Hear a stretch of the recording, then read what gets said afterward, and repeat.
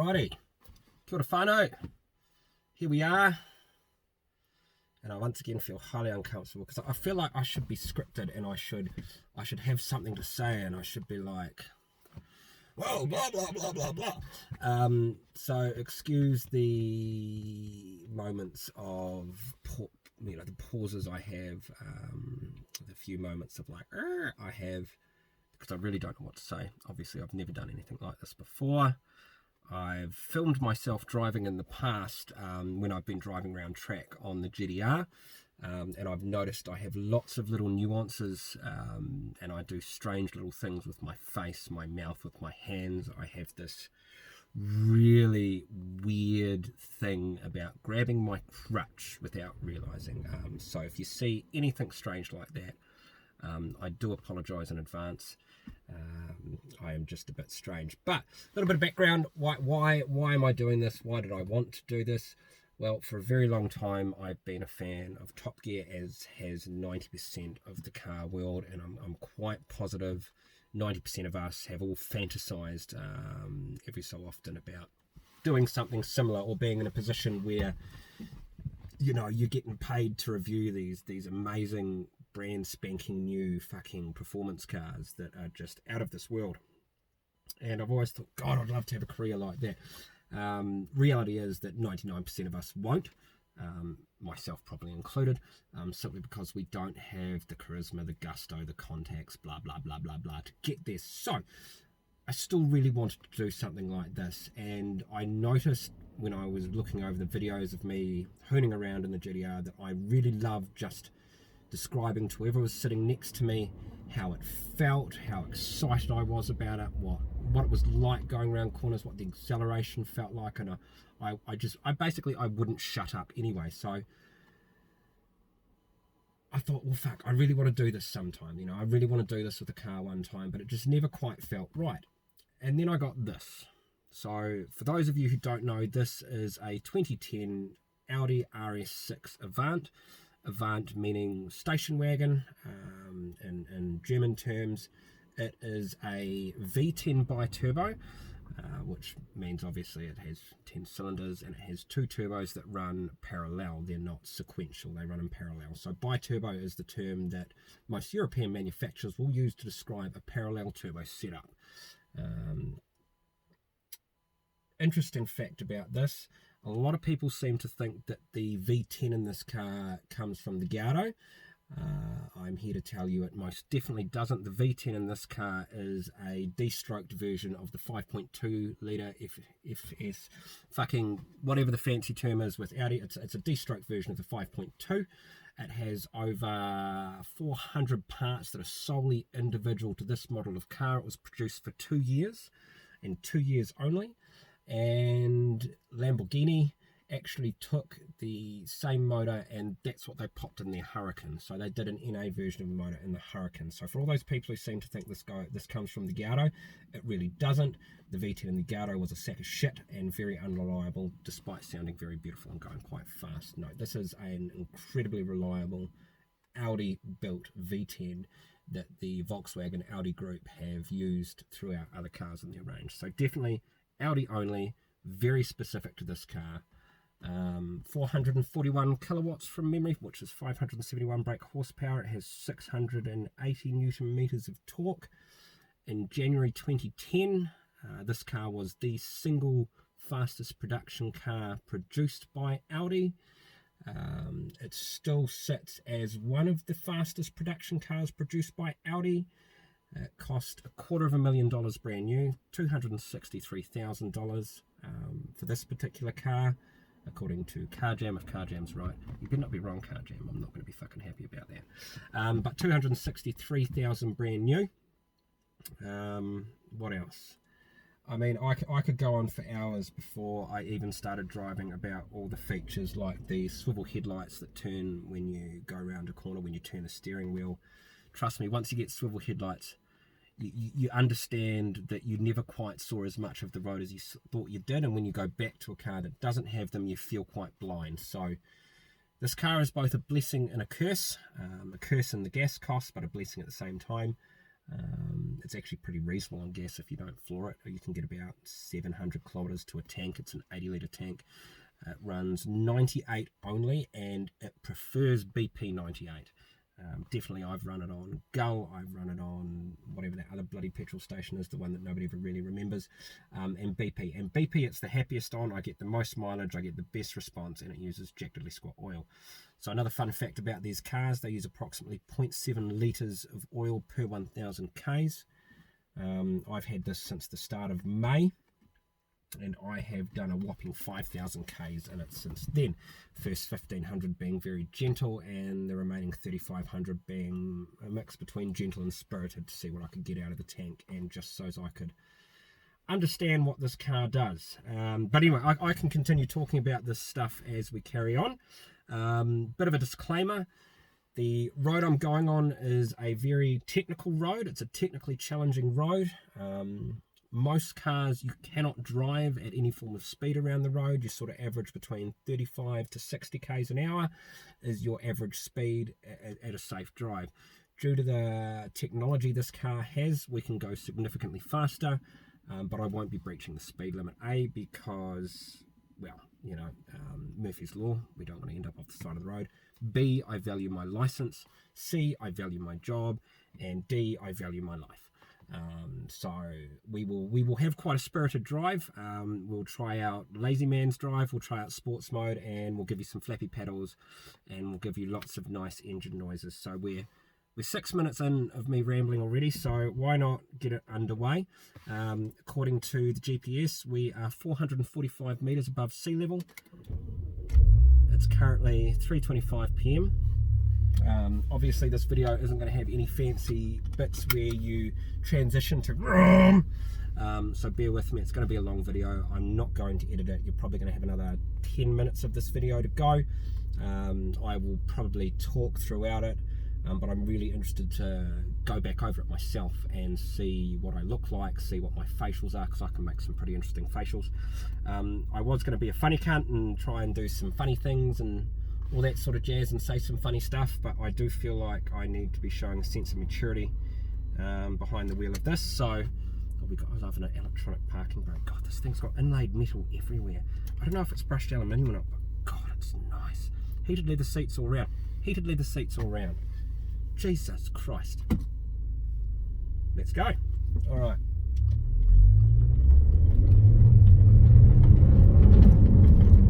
Shit. Righty-ho. So this car runs a 6-speed auto with flappy paddles. Now, funny story about the 6-speed in this. It is called a ZF6 HP26A, and that is the same gearbox minus the all-wheel drive that the FG Falcon runs. ZF make quite an exceptional gearbox, I must admit. It's a bit foggy in here because I'm talking too much, and it's quite amazing what the difference is between what it's like in the FG Falcon versus this Audi. So the FG is very lazy, very lazy in the gears, whereas this is very taut. It's very quick, it's very responsive. So at the moment we're sitting in drive and we're just lazing around the corners, and we're doing 103 according to this, 103, and it doesn't feel like, it feels like you're doing approximately 80 k's an hour at the most when you go around a corner. It's a very deceptive car. It inspires a lot of confidence, and it requires a lot of attention on the road because it makes you feel like you don't really need to do much. So it's a very deceptive car, but as you can see in lazy mode, it's absolutely fantastic. You go around a corner and it's just wonderful, absolutely wonderful. Hang on, let me just turn the radio off because that sounds like shit. There we go, and we can enjoy a bit of the car. This road that we're going on is known as the Manawatu Scenic Route. In fact, there's multiple roads that make up the Manawatu Scenic Route. They're very technically challenging. They're a great drive, and you can have a lot of fun in your car without exceeding the speed limit, which is absolutely fantastic. I mean, there's not many places in New Zealand where you can legally have fun in your car, stay safe, and not get in trouble with the law. But hey, the Manawatu is the best place in New Zealand to be. Yes, I'm biased because I'm a ratepayer here, but I tell you right now, we've got Manfield down the road, we've got some incredible roads to drive. It's absolutely fantastic, and this road itself is very unmolested. It hasn't got all those fancy dividers, it hasn't got all the scenery destroying shit on the side of it, so you very well could go off the side of the cliff if you're not careful. Now, as mentioned, we won't be exceeding the speed limit at all because I value my life, but we have just gone into manual mode. Some of this road is wet all winter round, so you've got to be very cautious about how you do it. So let me just get a bit warmed up while we carry on, and I did check the tyres and whatnot before we left. Much to my surprise, we have run out of almost all the tread at the rear. I've got about 2mm at the rear, so I know I said I was going to try sports mode, but I am just conscious that may overcommit me quite a lot in the car. Oh, down into third. But this car is absolutely fabulous. You know, so we're in flappy paddle, because why not? Oh, Jesus. I don't often go into flappy paddle. Flappy paddle's fantastic because it sharpens up the throttle response. So this has twin electronic throttle bodies for either side of the manifold. The ECU that runs this, there's actually two. There's a master and a slave ECU done by Bosch. Woo! There goes the traction control light. We're down into second. Oh, fuck me. Jesus.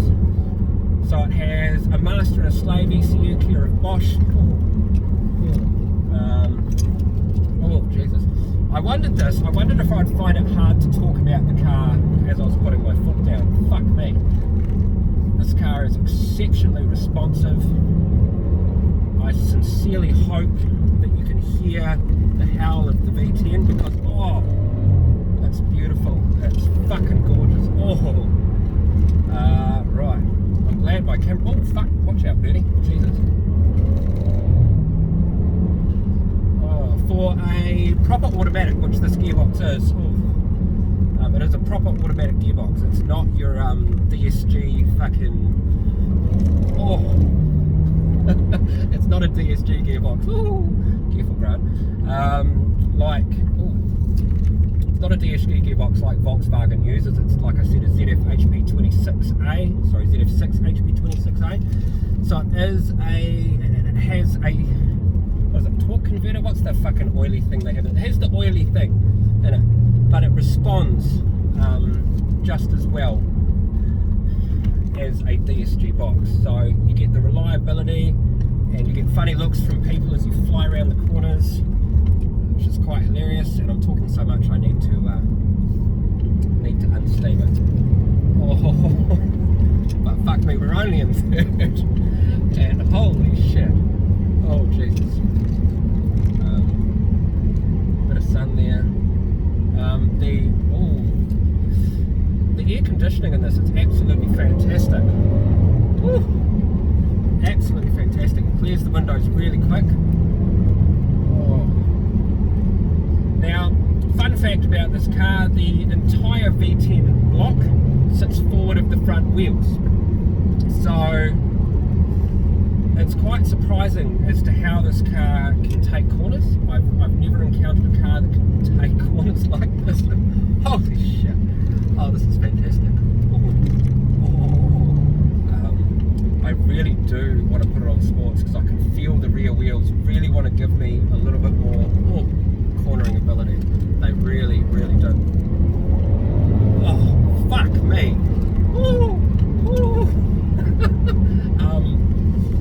I'm very tempted, but this is a fabulous car. I sincerely hope you can. And so that's why I've gone through so much tyres. Oh, Jesus. Nothing beats the feel of that. Oh, God, that's amazing. Oh, Jesus. Slow down, buddy. Slow down. Once again, we don't actually need to exceed the speed limit to enjoy this road. It's a fantastic road. It's a very technically challenging road. I think I've said that about 40 million times now. Oh, gee, willikers. What a car. Oh, goodness me.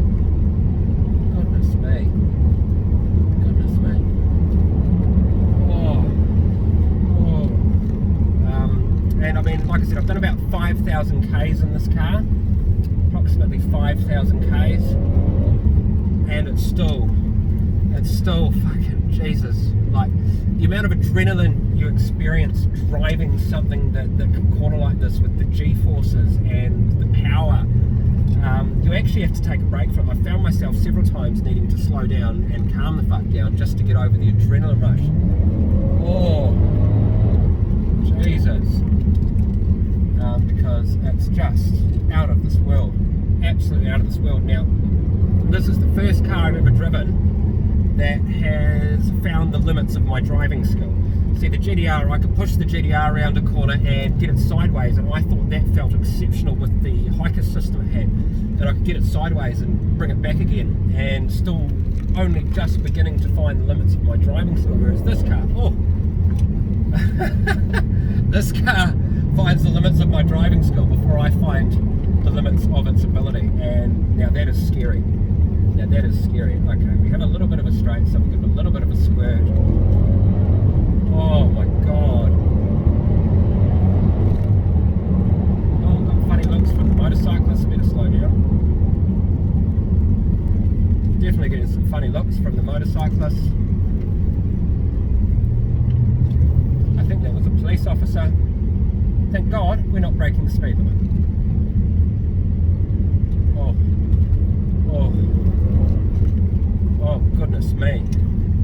Oh. The corners, holy shit stain. Oh, fuck. Oh, Jesus Christ. Oh, oh, Lord. And, oh, you just get lost for words. You just get lost for words, you really do.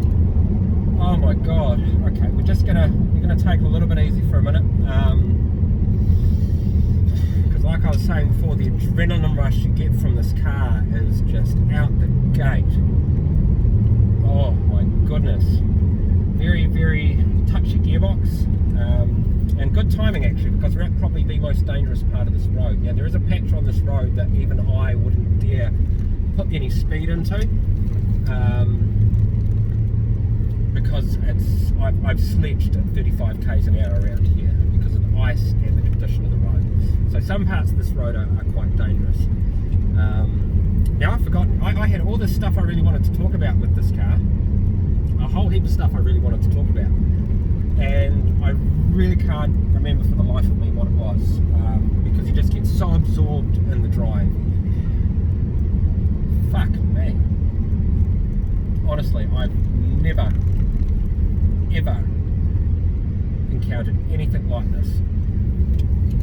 Starting off with a 1981 Mitsubishi Sigma Super Saloon as my first car. I taught myself how to drive after Mum gave up because I scared the shit out of her, and here we are. Here we are. I've had my license since I was 16. I am now 32, so 16 years worth of driving. Touch, well, there's no wood to touch because it's a fucking Audi. It's all hand-stitched leather, everything. Everything's hand-stitched leather. It's fantastic. Hand-stitched leather dash, hand-stitched leather, just everything, metal inlays everywhere. I think it's brushed aluminium. I don't know. Whatever it is, it's fucking amazing. The build quality is just out of this world. Absolutely out of this world. It's just, my God. The way this thing eats the road is like out of this world. There isn't a production car that I've driven before that can drive like this. It's just, oh my goodness. My goodness. Oh, gee, willikers. Well, funnily enough, we are almost at the end of the windies. Now, for your average Joe driver, the windies take about 15-20 minutes to traverse. For your average car, that's sort of the extent of its capabilities. This car, well, I think the fastest I've done it is in about 6 minutes. 6 minutes tops, the fastest I've done it safely. I'll say safely. Because there's just no need to exceed the speed limit around here. It's fucking fantastic. It's a fantastic road. Absolutely fantastic. But what we'll do is when we get to the end of this, we'll pull over and we'll have a wee nosy. I might talk a little bit about the car, but just having a quick glance over, I can see the videos sort of getting to the point where people will probably probably turn it off and go, yeah, I've had enough of this. Oh, Jesus Christ. Question is, do I do a second video? Do I do another one on the way back? Do I risk that? Maybe. Maybe. I'm pretty sure that was a police officer on a motorbike, but not that he could keep up with this if I really wanted to go. But we don't behave like that anymore. We are good little government boffin. I shouldn't say government boffin. I'm a good little citizen. I pay my taxes. I go to work. I stick to the speed limit. I keep myself out of trouble, and I hide out at my little home in the middle of nowhere. And that is the end of the windies. So give me a few minutes. I'll find a spot to pull over. There shouldn't be one too far up the road here. Oh God, I need a breather. I almost want a cigarette. I haven't had a cigarette for 2 or 3 weeks now. But I'm so tempted to have one. So tempted. Alright, I think, oh no, that's someone's driveway. That's probably all we're going to find out there. God, what else? What else can I tell you about this car? There's just so much I can't stop to think of what to tell you. So we're going to pull over. Here we go. We're going to pull over. Oh, oopsie daisy. Hold up. That was the button. We're gonna straighten her up. Can I see? And I'm going to stop this video, upload it, and we might do video number 2. Video number 2. All right. Let's have a look. See. Wow. I hope the aircon didn't overtake the sound of the video, so we'll stop for a second. And thank you for joining us. We might have a second one. Take care.